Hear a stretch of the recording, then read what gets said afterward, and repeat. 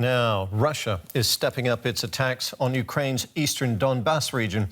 Heavy fighting is reported in and around the town of Severodonetsk. The regional governor says 12 people were killed by shelling. Moscow says it will continue its offensive until it achieves its goals. In his nightly address, Ukrainian President Volodymyr Zelenskyy warned that Russia is bent on destroying everything in Donbas. Zelenskyy also paid tribute to the fierce resistance put up by the Ukrainian people. We must always remember that we have withstood these 3 months thanks to dozens of thousands of feats from all who defend the state, and the cost of tens of thousands of lives of Ukrainian men and women killed by the occupiers. DW correspondent Matthias Berlinger is in Kramatorsk in eastern Ukraine. He spoke to us earlier during an air alert. I asked him how Ukraine is doing in its effort to defend its territory. Well, all over the region you see places like this. So rockets or shells, depending on where you are hitting all over the region. And that's, of course, a big distress. You can hear the air raid siren, I think, here in Kramatorsk. And it's on several times a day. The stress is very big. And we are seeing Russian troops advance. Now, these advances are often described as incremental, sometimes a whole village, sometimes just a few meters or kilometers, but they're adding up actually, and the pressure is very high on the Ukrainian troops now. There are the Severodonetsk that you've just mentioned and the neighboring city of Lysychansk are at risk of being cut off from the world, from the rest of the country, and that would be a few dozens of thousands of people being trapped there. For weeks, Lysychansk has been without water. Today, a truck is expected to bring drinking water. Vera and others have been standing here for hours. No one knows when they're going to bring it. More than 20,000 people remain in the city. Fighting along the main road has made access difficult, and the city itself is by no means a safe haven. What do you think? Are these normal living conditions? It's very difficult.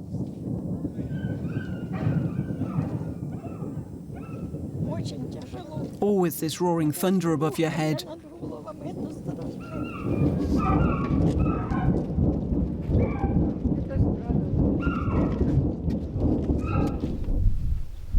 A few kilometers from here, things are even more dire. The sister city of Severodonetsk is under constant fire. A bridge that leads there has been bombed, effectively trapping those who remain there.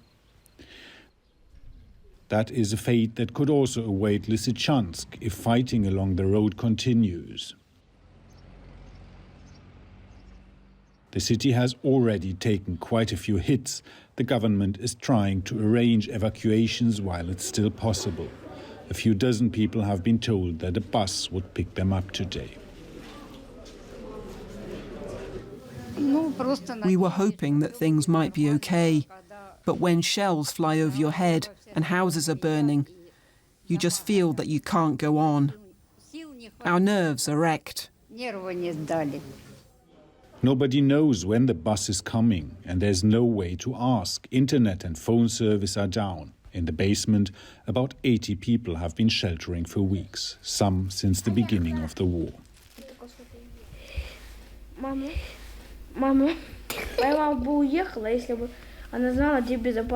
Mom says she would go if she knew where it's safe, but she doesn't know where to go to.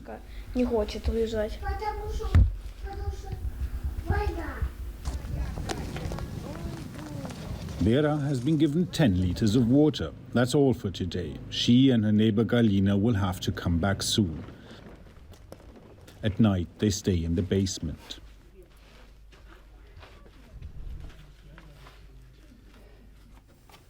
This is how we get down here.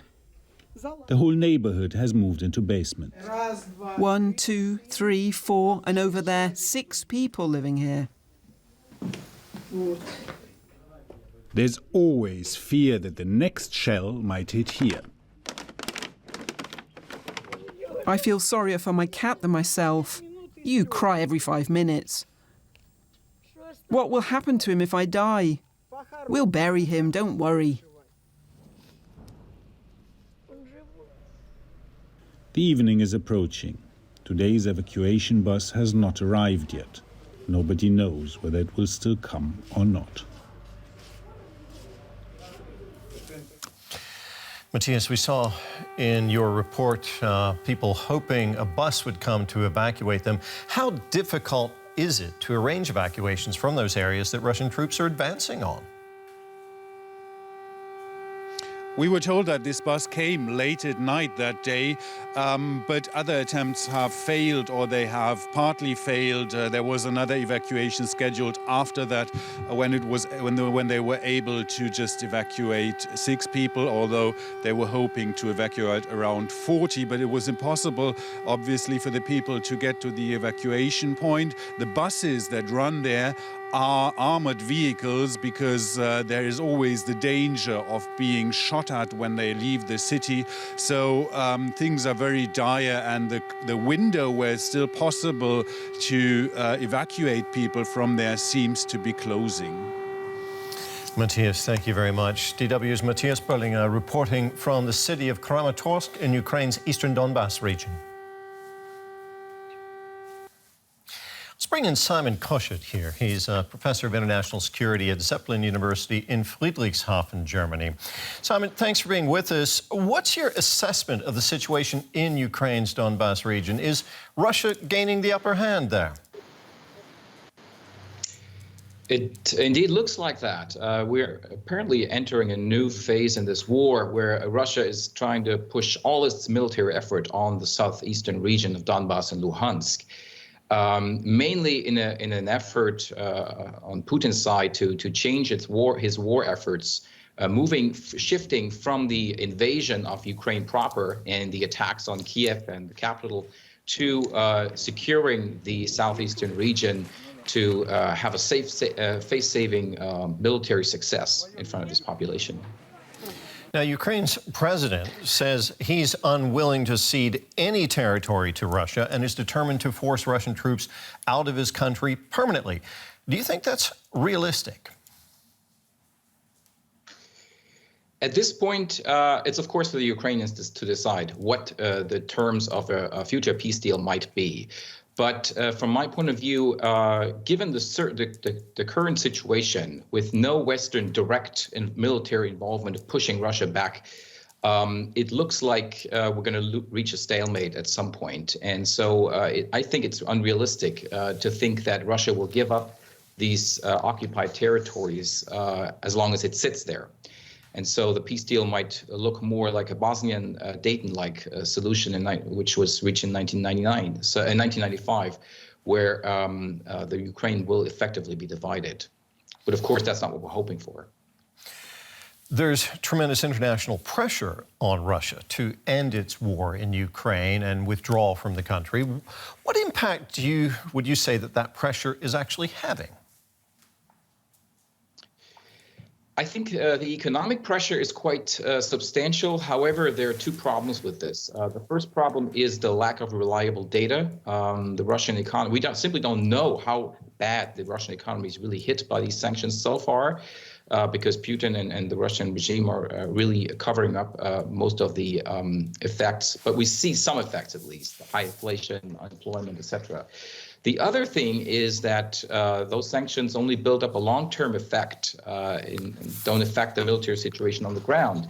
Remember that when Western sanctions were implemented after the Crimea, its annexation, it took over a year until we actually saw some economic effects. And so that we already see some economic effects right now tells us that these sanctions are really hitting Russia hard. Finally, Simon, Russia's aggression against Ukraine, it's driven Finland and Sweden into the arms of NATO. They want membership now. Do you think that Turkey's opposition to that can be overcome? And if so, how can we expect Russia to respond?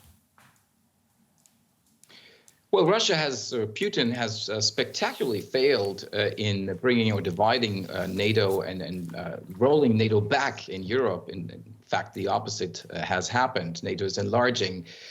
which must be Putin's nightmare. But of course, the problem with Turkey persists. And here, I think time is of the essence to reach a compromise, given that we have an upcoming NATO summit in Madrid at the end of June.